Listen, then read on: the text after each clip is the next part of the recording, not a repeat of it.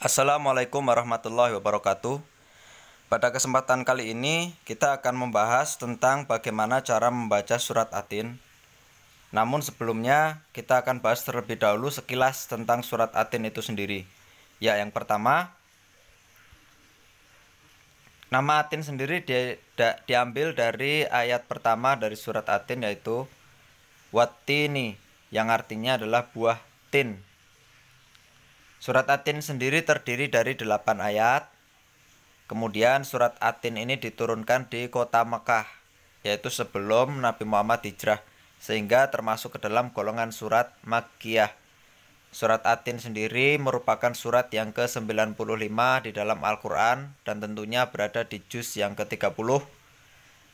Salah satu sebab turunnya surat Atin adalah pertanyaan para sahabat, bagaimana jika seseorang itu sudah pikun, apakah amalnya akan dihentikan atau gimana, dan dijelaskan bahwasanya bagi orang yang soleh pahalanya akan terus mengalir. Ya, di sini ada penampakan buah tin dan buah zaitun. Yang pertama ini adalah buah tin, gambar dari buah tin, dan yang kedua ini adalah gambar dari buah zaitun.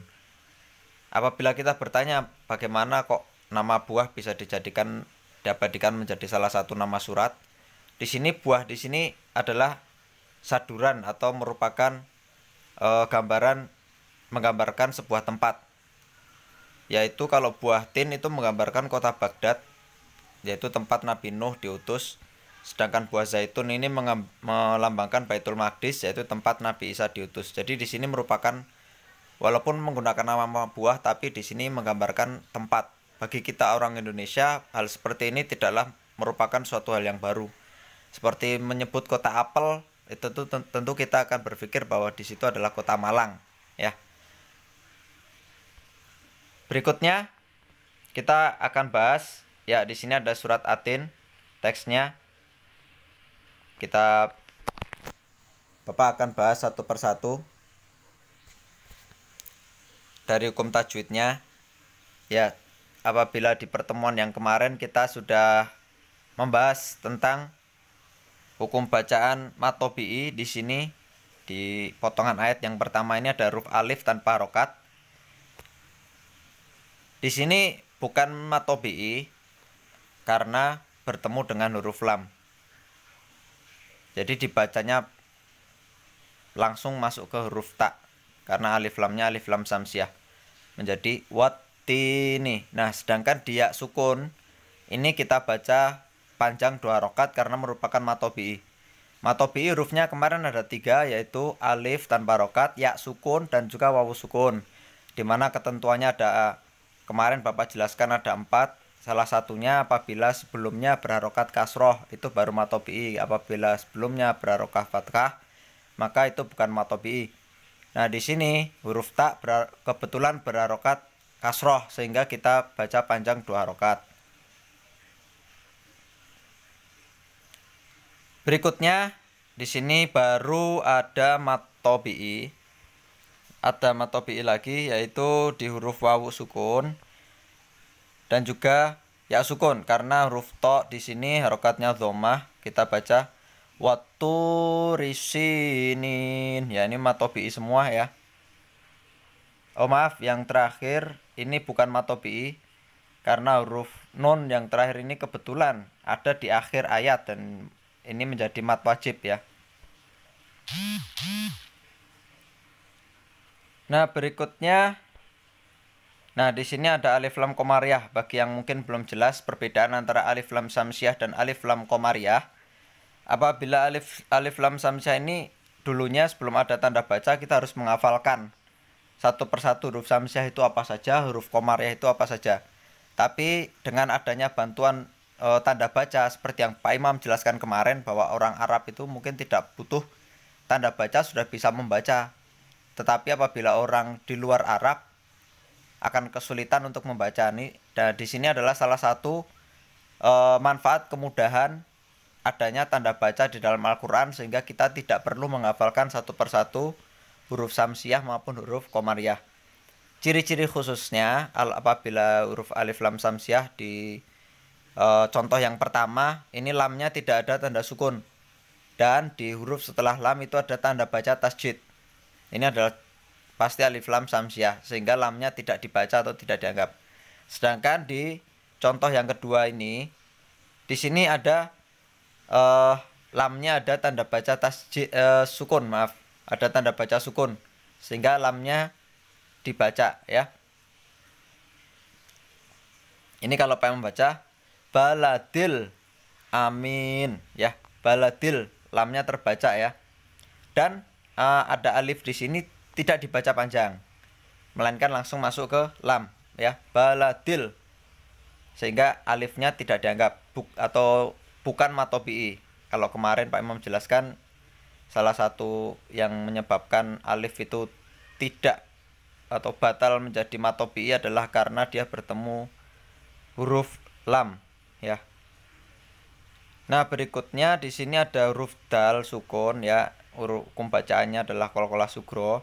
Perbedaan antara qalqalah sugro dan qalqalah kubro, apabila huruf qalqalah berada di tengah, ini adalah qalqalah sugro, sedangkan apabila berada di akhir itu kubro. Sehingga perbedaannya adalah cara membacanya, memantulnya kecil dan besar. Qalqalah sugro membacanya kecil seperti ini contohnya, laqad khalaqnal. Nah, ini qafnya juga qalqalah sugro kecil, laqad khalaqnal, cukup kecil aja. Ini qalqalah sugro ya.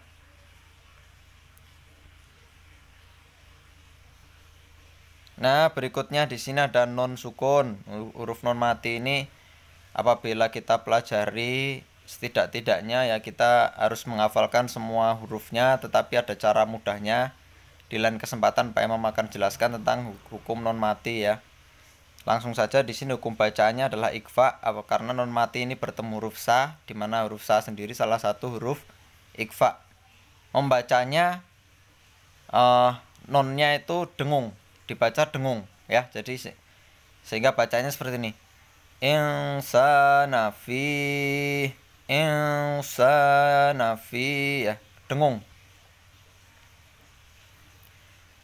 Di sini ya ada izhar, ada ro-nya itu dhammah tanwin. Kebetulan bertemu dengan huruf kho, karena kho-nya di bawah jadi nggak keikut ya. Huruf kho ini adalah huruf izhar. Perbedaannya ya ini untuk dhammah tanwin atau nun sukun atau tanwin fathah tanwin kasroh tanwin, ini sama. Kalau dia bertemu dengan huruf izhar ya jadi hukum bacanya izhar, ketemu huruf ikhfa ya jadi hukum bacanya ikhfa. Dan ini kebetulan ghain adalah huruf izhar sehingga dibacanya jelas. Izhar artinya jelas, sehingga falahum ajrun, jimnya ini qalqalah sugro, ajrun dibaca jelas, run ghairu mamnun ya. Kita ulang lagi dari awal. Bismillahirrahmanirrahim. Wattini wazzaitun watturi sinin wa hadzal baladil amin. Laqad khalaqnal insana fi ahsani taqwim. Thumma radadnahu asfala safilin. Illal ladzina amanu wa amilus solihati falahum ajrun ghairu mamnun. Fama yukadzibuka ba'du bitin. Alaihissallahu bi ahkamil hakimin. Ya, bisa kalian ikutin, kalian dengarkan, kalian ulang-ulang hingga bacaannya bisa benar dan tartil ya. Sehingga tartil itu tidak harus menggunakan lagu, yang penting bisa membaca betul panjang pendeknya dan juga betul hukum bacaannya. Di situ sudah dianggap tartil. Berikutnya di sini ada terakhir ya, arti dari surat Atin. Ini kita juga harus menghafalkan. Demi buah tin dan buah zaitun, demi bukit Sinai. Bukit Sinai itu adalah tempat Nabi Musa pertama kali mendapatkan wahyu demi kota Mekah. Kota Mekah adalah Nabi Muhammad. Sesungguhnya kami menciptakan manusia dalam bentuk yang sebaik-baiknya. Kemudian kami kembalikan ke tempat yang serendah-rendahnya. Kecuali orang yang beriman dan mengerjakan amal soleh, maka mereka pahala yang tiada putus-putusnya. Maka apalah yang menyebabkan kamu mendustakan hari pembalasan? Sudah adanya keterangan-keterangan itu. Bukankah Allah Subhanahu wa taala adalah hakim yang seadil-adilnya? Itu tadi arti dari surat At-Tin. Ya, sekian pembelajaran atau materi pada kesempatan kali ini. Setelah ini akan ada tugas untuk kalian. Semoga bermanfaat. Kurang dan lebihnya mohon maaf. Billahi taufik wal hidayah. Wassalamualaikum warahmatullahi wabarakatuh.